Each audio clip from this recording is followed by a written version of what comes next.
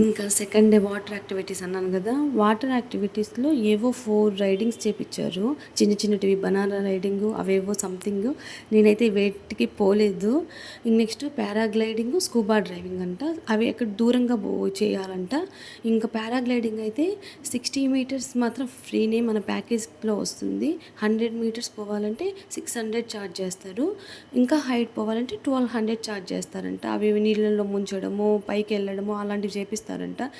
మేమైతే 600 పెట్టేసి చేసుకున్నాము. నెక్స్ట్ స్కూబా డ్రైవింగ్ నాకైతే పర్సనల్గా నాకు నచ్చలేదు. ఎందుకంటే అది హైజీన్గా లేదనిపించింది నాకు. అక్కడే చాలా టైం వేస్ట్ అయిపోయింది. నలుగురు ఇన్స్ట్రక్టర్స్ ఉంటారు. ఆ నలుగురు ఎంతమంది కని చూస్తారు, ఎన్ని షిప్స్ కని చూస్తారు, అక్కడే టైం వేస్ట్ అయిపోయింది.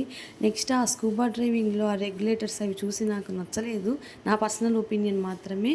ఇంకా అంత టైం వేస్ట్ చేయించినాక 5:30కి ఎప్పుడో తీసుకొచ్చి ఒడ్డున వేసినాడు. మేము అక్కడి నుంచి బస్కి కదిలి మేమున్న స్టేకి వచ్చేసినాము. కొంచెం ఫ్రెష్ అయిపోయి అక్కడే ఏదో బయట తినేసినాము కొంచెం. ఇంకా నైట్ బాగా బీచ్కి వచ్చేసినాము. చూసినారా ఎంత కలర్ఫుల్గా ఉంది అసలు బీచ్. ఎక్కడే కానీ అసలుకి ఖాళీ లేకుండా మొత్తం బీచ్ మొత్తం ఇలాంటి సెటప్ చేసి పెట్టేశారండి. చాలా బాగుంది. ఒకవేళ మీరు వెళ్ళాలి అనుకుంటే ప్యాకేజ్ కింద ప్లీజ్ సెకండ్ డే అవాయిడ్ చేసేసి సౌత్ గోవాకి వెళ్ళండి. సౌత్ గోవా బాగుంటుంది. నా వీడియో కానీ మీకు నచ్చినైతే ప్లీజ్ లైక్ చేయండి.